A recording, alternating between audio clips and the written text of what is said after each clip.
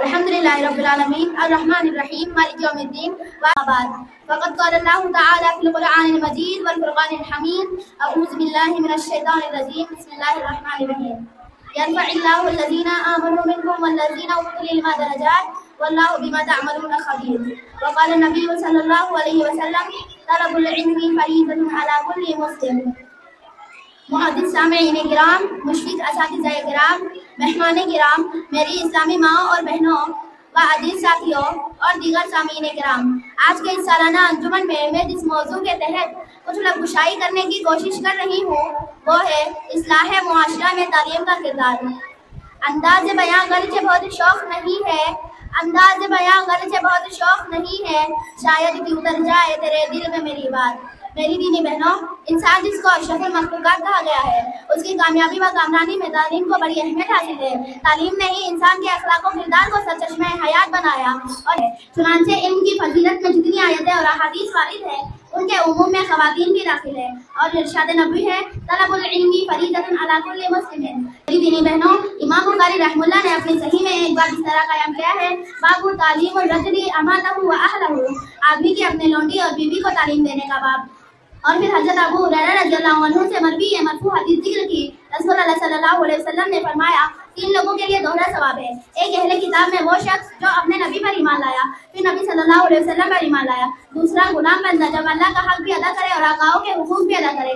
تیسرا وہ شخص جس کے پاس ایک لونڈی ہو اور وہ اسے ادب سکھائے تو بہترین طریقے پر ادب سکھائے اور اسے تعلیم دلائے تو خوب اچھی طرح سے تعلیم دلائے، پھر اس کو آزاد کر کے شادی کر لے تو اس کے لیے ڈبل ثواب ہے.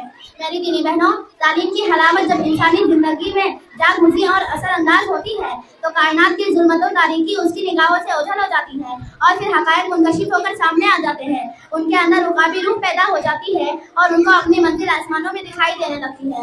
شاعر مشرق علامہ اقبال نے کہا ہے: عقابی روح جب بیدار ہوتی ہے جوانوں میں نظر آتی ہے ان کو اپنی منزل آسمانوں میں.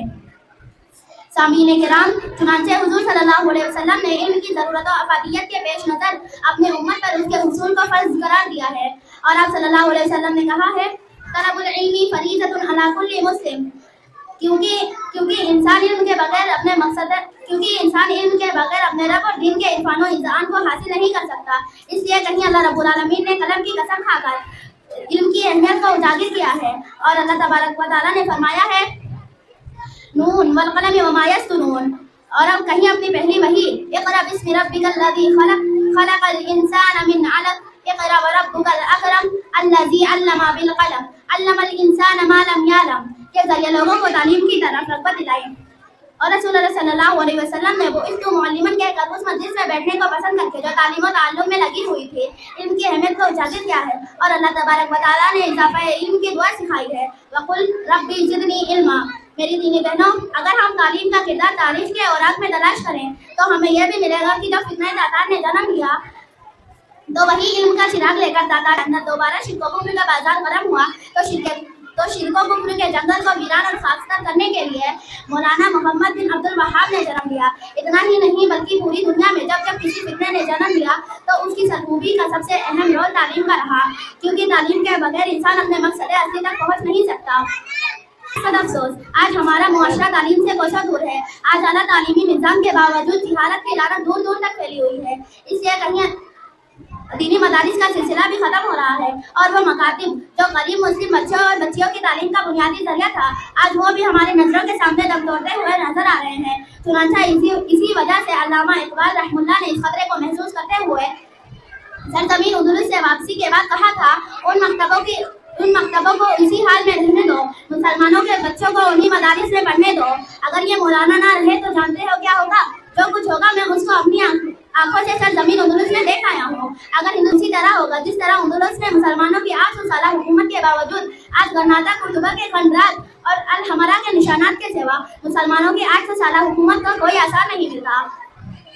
اور ہندوستان میں بھی آگرہ کے تاج محل اور دلی کے لال قلعہ کے سوا مسلمانوں کی 800 سالہ حکومت اور ان کی تہذیب کا کوئی اثر نہیں ملے گا. یہی ہمارے لیے دنیا و آخرت میں کامیابی و کامرانی کا ذریعہ ہے. آخر میں اللہ تعالیٰ سے دعا ہے کہ اللہ ہمیں دینی تعلیم حاصل کرنے اور اس کے ذریعے سماج و معاشرہ میں اصلاح کرنے کی توفیق دے. آمین. وآخر دعوانا ان الحمد للہ رب العالمین. السلام علیکم ورحمۃ اللہ وبرکاتہ.